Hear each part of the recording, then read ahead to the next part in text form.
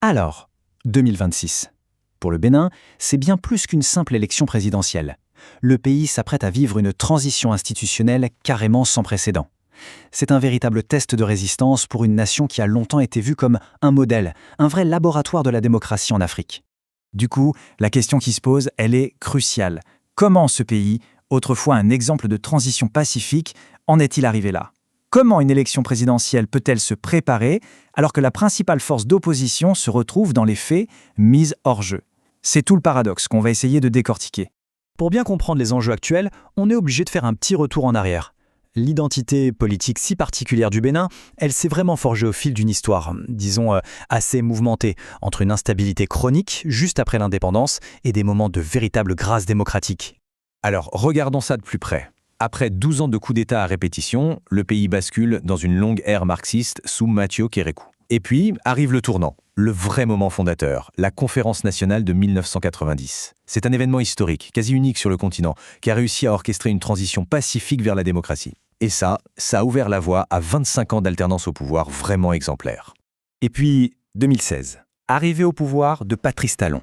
Et là, attention, ce n'est pas juste une alternance de plus, non, c'est une vraie rupture, le début d'une décennie de transformation profonde, menée à un rythme effréné, qui ont complètement remodelé l'économie et le jeu politique du pays. Le bilan de l'ère Talon est profondément paradoxal. C'est un peu les deux faces d'une même pièce. D'un côté, on ne peut pas nier les succès économiques. Une croissance solide, de grands projets d'infrastructure, une administration qui se modernise.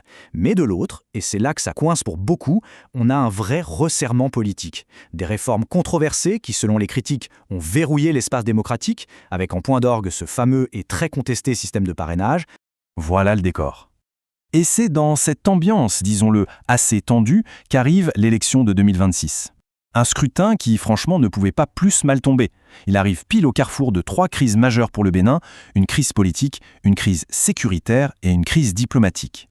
Commençons par la crise politique. Ce nouveau système de parrainage, qui exige 28 signatures d'élus pour être candidat, a eu une conséquence radicale. Le principal parti d'opposition, les démocrates, n'a pas pu se présenter. C'est aussi simple que ça. Du coup, forcément, la question de la légitimité même de l'élection se pose d'emblée. Ensuite, la crise sécuritaire. Et là, un seul chiffre suffit pour mesurer la gravité de la situation. 54. C'est le nombre de soldats béninois tués en une seule attaque en avril 2025. C'est la perte la plus lourde de toute l'histoire du pays. Un chiffre qui symbolise à lui seul l'escalade dramatique de la menace djihadiste qui ronge tout le nord.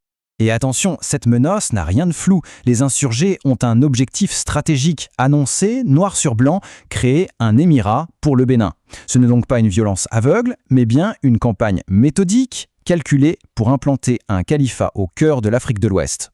Et enfin, la troisième crise, la diplomatie. Il suffit de regarder la chronologie de la brouille avec le Niger voisin pour comprendre le désastre. Depuis le coup d'État à Niamey, la relation s'est complètement effondrée. Ça paralyse l'économie et pire encore, ça pulvérise la coopération sécuritaire. 2 pays qui devraient être des alliés naturels face aux groupes armés sont devenus presque des adversaires. Bon, face à ces 3 crises, comment est-ce que l'avenir du pouvoir s'organise ? Juste avant la fin de son mandat, le régime Talon a dessiné une toute nouvelle architecture institutionnelle. Une réforme qui pourrait bien redéfinir en profondeur l'exercice du pouvoir au Bénin. La grande innovation, c'est la création d'un Sénat. Mais attention, ce n'est pas une chambre haute comme les autres. Sa particularité, celle qui fait le plus jaser, c'est que les anciens présidents, y compris Patrice Talon lui-même, y siégeront de droit et à vie.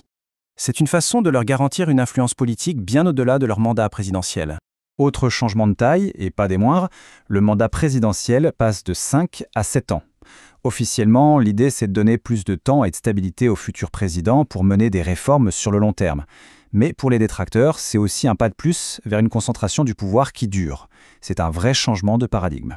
Tout ça nous ramène donc à une question fondamentale. Le Bénin est-il en train de faire un choix ? Le choix du développement économique et de l'efficacité au prix d'un certain recul du pluralisme politique ? C'est un dilemme qui résonne bien au-delà des frontières du pays. Et la réponse que le Bénin y apporterait en 2026 sera, à n'en pas douter, scrutée par tout un continent.